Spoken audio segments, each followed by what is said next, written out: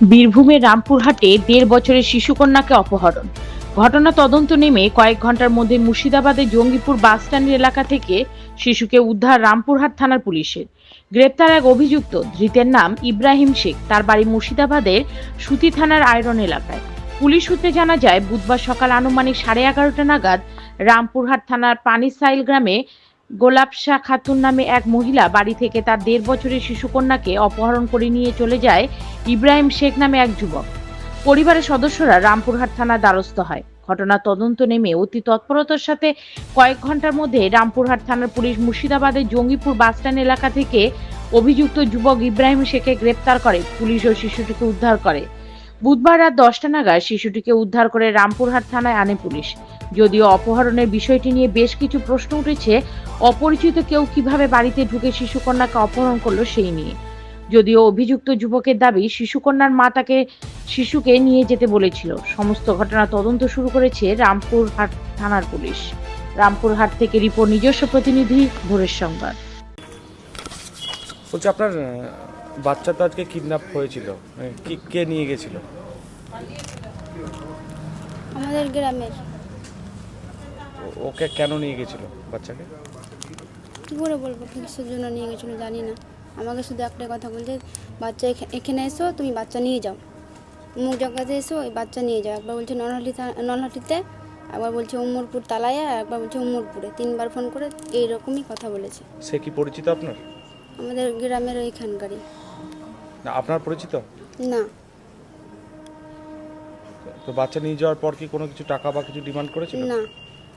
কেন নিয়ে গেছে কিছু জানতে পারেননি? না। কি না আপনার? গোলাপশা খাতুন। কি হয়েছিল ঘটনাটা একটু বলুন তো। স্যার, ঘটনাটা ঘটেছিল বলতে আমার কাছে ফোন এলো 10:30 নাগাদ ফোন এলো যে এই ব্যাপার একজন এসছিলেন, আমাদের বাড়িতে এসছিলেন। হ্যাঁ, যে মানে বাচ্চাটাকে কিডন্যাপ করে নিয়ে যায়। সে এসে পরিচয় দেয় যে আমি মানে আমার যে বাচ্চাটাকে কিডন্যাপ করে নিয়ে যায় সেটা আমার ভাইজি হচ্ছে। হ্যাঁ, সে পরিচয় দেয় যে আমার বৌদির দূর সম্পর্কের চাচাতো ভাই। সে বলে সে বাড়িতে আসে।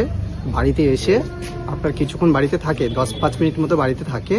তারপরে বাচ্চাটাকে করে নিয়ে গ্রামের দোকানের দিকে যায়, যে ক্যাডবেরি কিনে দেওয়ার জন্য, চকলেট কিনে দেওয়ার জন্য নিয়ে যায়।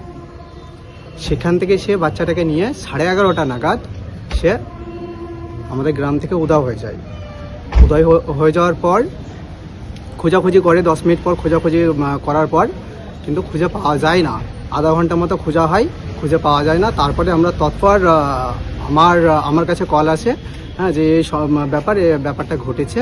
তো আমি সঙ্গে সঙ্গে আমাদের গ্রামের সিভিক দাদা, নাম হচ্ছে আব্দুল ওয়াহিদ, উনি রামপুরহাট থানায় এখন বর্তমানে কর্মরত। সঙ্গে সঙ্গে আমি কোনো টাইম বরবাদ না করে ওনাকে কল করি যে দাদা এই ব্যাপার।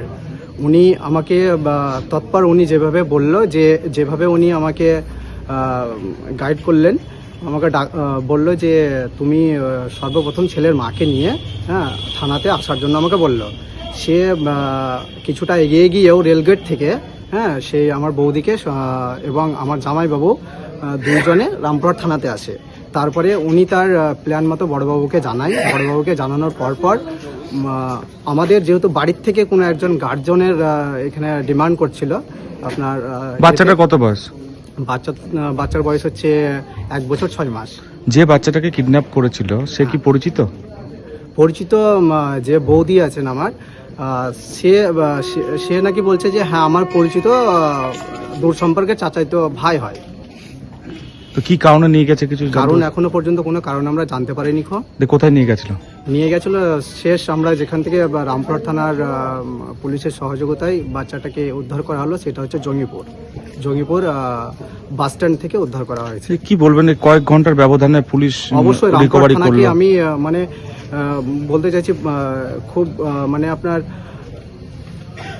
থেকে মানে ধন্যবাদ জানাই যে যেভাবে এনারা আধা ঘন্টা আমরা রিপোর্ট করেছি, তার 1-1.5 ঘন্টার মধ্যে বাচ্চাটাকে ফিরিয়ে দিয়েছে।